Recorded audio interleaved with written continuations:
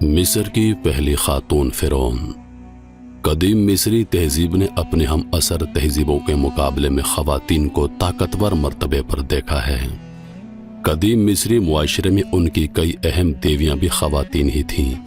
اس لحاظ سے مصری معاشرے میں خواتین کو خاطر خواہ آزادی حاصل تھی۔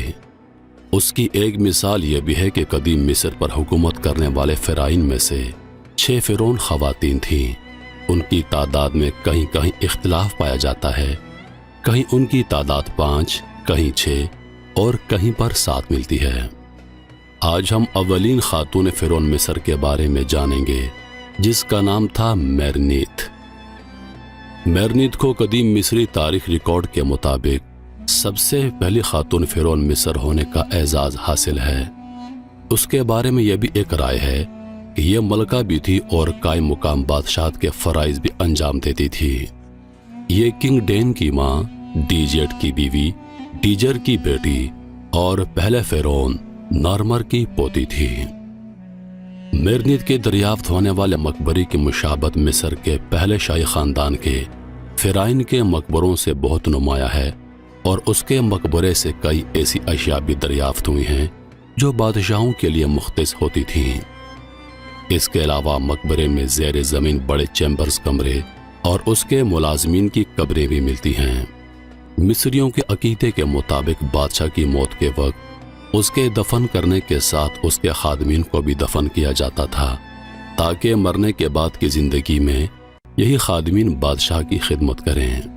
اور اسی عقیدے کے تحت ایک کشتی بھی دریافت ہوئی جو ان کے عقیدے کے مطابق بادشاہ کو سورج دیوتا کے پاس لے کر جاتی تھی۔ اس خاتون فرعون کے بارے میں تمام تر معلومات ایک تختی پر درج تھیں جو اس خاتون ملکہ کے مقبرے میں نصب ہوئی ملی۔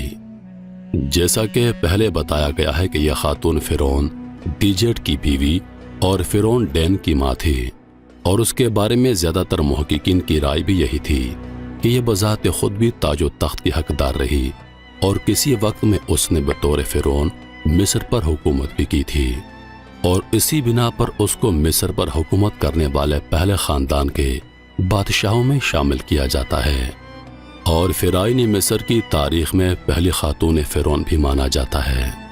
فرعون ڈین کے مقبرے سے ملنے والی ایک مہر پر جس میں اس کے خاندان کے بادشاہوں کے نام کنندہ تھے، اسی لسٹ میں اس خاتون کا نام بھی شامل تھا، اور اس کے ساتھ ہی بادشاہ کی ماں کنگز مادر کا ٹائٹل بھی درج تھا، جو تاریخ دانوں کے لیے اس بات کا ثبوت تھا کہ ممکنہ طور پر یہ خاتون فرعون کے منصب پر فائز رہی تھی۔ خاتون فرعون میرنت کے متعلق ایک حیران کن انکشاف یہ بھی تھا کہ 2 الگ الگ اور مختلف مقبرے اس سے منسوب تھے، جن میں سے ایک مقبرہ زیری مصر میں میمفس کے قریب سکارا میں ملا، اور دوسرا مقبرہ بالائی مصر میں ایبڈوز میں دریافت ہوا۔ 2 الگ الگ جگہ مقبرے بنانا قدیم مصر اور مصری شاہی خاندانوں میں کوئی عام عمل نہیں تھا۔ جب 1900 میں ماہر مصریات نے ایبڈوز میں اس کا مقبرہ دریافت کیا تو اس کے وہم و گمان میں نہیں تھا کہ یہ دفن ہوا بادشاہ جس کا نام 2 تختیوں پر کنندہ تھا واقعی ایک مرد بادشاہ تھا۔ یہ مقبرہ ایبڈوز کے القاب قبرستان میں واقع ہے۔ یہ قبرستان پہلے اور دوسرے مصری شاہی خاندان کے بادشاہوں کی آخری آرام گاہ ہے۔ میرنت کا مقبرہ کنگ ڈیجیٹ اور کنگ ڈین کے مقبروں کے درمیان واقع تھا۔ یہاں پر میرنت کے شاہی مرتبے کے متعلق ایک اور ثبوت یہ بھی پیش کیا جاتا ہے کہ فلینڈر کو مقبرے کی سائٹ کی کھدائی کے دوران حادثاتی طور پر زیر زمین قبرستان ملا، جہاں پر کم و بیش 40 قبریں تھیں جنہوں نے دفن ہوئے بادشاہوں کے مدفن کمرے کو گھیرا ہوا تھا۔ ان قبروں سے ملنے والی اشیاء کی بنیاد پر یہ نتیجہ اخذ کیا جاتا ہے کہ دونوں بادشاہوں کے خادمین ان کے خاص اور قریبی تھے۔ میرنت کا دوسرا مقبرہ سکارا میں واقع ہے۔ مقبرے میں واقع قبروں سے کئی ایسی اشیاء ملی ہیں جن پر اس کا نام کنندہ تھا، جن میں پتھر کے گلدان اور مرتبان بھی شامل تھے۔